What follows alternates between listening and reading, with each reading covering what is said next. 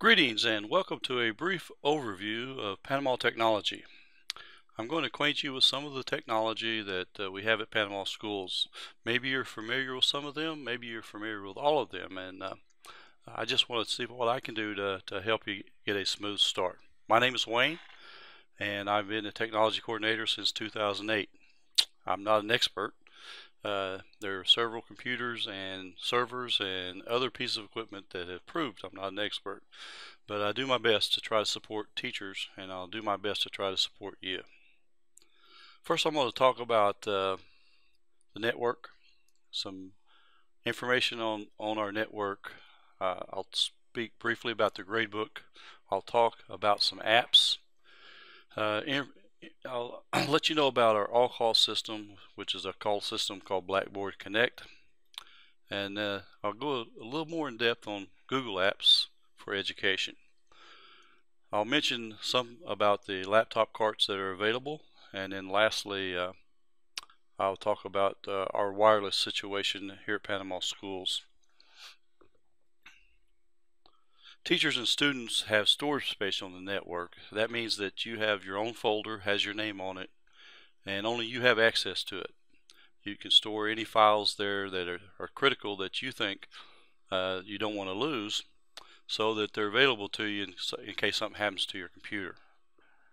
We use what's called SEPA Filter. It's a company that provides our filtering for our students. It's a requirement by E-rate to have such a device, and it's both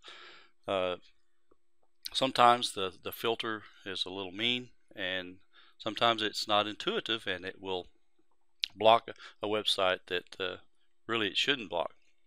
If that happens to you, let me know, and I'll go in and unblock it for you. We use GradePoint 2.0, or Gradebook 2.0. It is a WinGauge product. They're up in Shawnee, Oklahoma. I used to live there. The Gradebook is pretty easy to learn if you haven't used it, and I think you'll find it has a lot of great capacity if we get everything and the rest of the technology realm set up right. There are links to tutorials that show you how to use the gradebook. When you log in, there should be some links there available to you. There's also links on the school website, and you can go to www.wingauge.com and click on, I believe, tools to go to tutorials on the different products that they have. iLearn is the password, all lowercase, and it's text to speech. Paul, I believe, is who he says is the speaker. Paul's kind of bland. He's a little bit worse than I am, so you might want to get some toothpicks if it's a very long tutorial for your eyes. Here's what it looks like when you log in. If you go to wingauge.com/Panama, you log in. I've given the logins to all new teachers. If you don't have it, all you got to do is let me know and I'll get it to you. Once you log in, you can change your password. The requirement is an uppercase, a lowercase, special character, and a number, and it has to be at least 8 characters. Once you log in, the different roles that you have assigned to you are there for your choosing. If you're going to the gradebook, you'd go to instructor. If you're on your phone, you could do the mobile version. If you're logging in as a parent, you go to the guardian, and there should be a drop down for all your kids so that you can look at what they do. Here are some of the apps that we have. Elementary primarily uses Renaissance Learning. Middle school uses Star Math and Star Reading. Study Island is high school and middle school, and School Messenger is for everyone. It's a free app that allows teachers and parents to stay in contact. A teacher can create a group, and the parents can join that group, and then, or students, and then the teachers can communicate back and forth without giving their phone number out. Blackboard Connect is our calling system. I'll talk more about that in just a moment.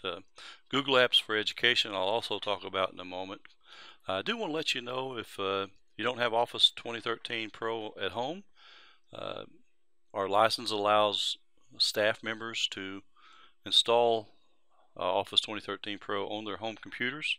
Just see me, I'll hook you up and get you a DVD so you can get it going. Blackboard Connect is our calling system we use to make various calls, of course, weather, inclement weather. We let staff and students know. We also, and parents, of course, we also use it for attendance and for letting parents know that students are getting dangerously close to failing. One key point is your phone number has to be in the student accounting system in order to get that call. If I put it in just the Blackboard Connect, it'll get overwritten the next day and it won't be there. So we got to get it in the student accounting system. If you want to make sure it's in there, just see your secretary in your building and they'll make sure it's in there for you. Google Apps is for education is free to educators and it has some awesome capabilities. Primarily we use mail, but there's Google Plus, there's a Google Drive. You have, I believe, about 15 gig of storage to put your files up there. And there's also an app called Classroom. Classroom is very much like Edmodo, if you've used Edmodo. It's easier to use than Edmodo because I can load all of your students pretty easily and I'll help you make that happen. You can give assignments. Students can that have to stay at home or for whatever reason can log into the classroom and get their work. There's just a lot of great features and a lot of great capability. On our school website, I've placed some videos under the technology training page, and there's an overview of Google Apps in particular, and then a couple of videos on Classroom. One of them is pretty long. You might want to bring some popcorn to watch the second one. We do have laptops. We have a high school cart of 25. We also have in the upper elementary a cart of 25. The cart of 25 at the high school can also be used at the middle school, but as far as I know, no one's from the middle school has used them yet. The wireless, the reason I want to talk about wireless, we do have wireless capability throughout the district, but we only have 17 access points, and I added 5 last year. The 12 original access points are older technology, G-band technology, which means as connections are made to the access point, the more connections, the slower the speed. Each access point can handle about 25 connections, and the range depends on a lot of things. It depends on where the access point is and what's in between the device and the access point. 5 of our access points are newer technology, N-band and AC band. That just means that they're a little bit faster, but they still 25-30 connections are all that's allowed.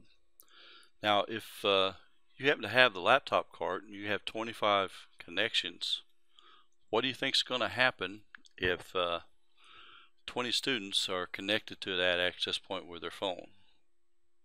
That happened last year. We had some very frustrated teachers. They couldn't get their students to connect with the laptops, and the problem was the access points were overwhelmed with students. Now, I don't know how they got the password, but they did get the password, and I hope that they don't get it this year, but it's up to us to make sure that they don't.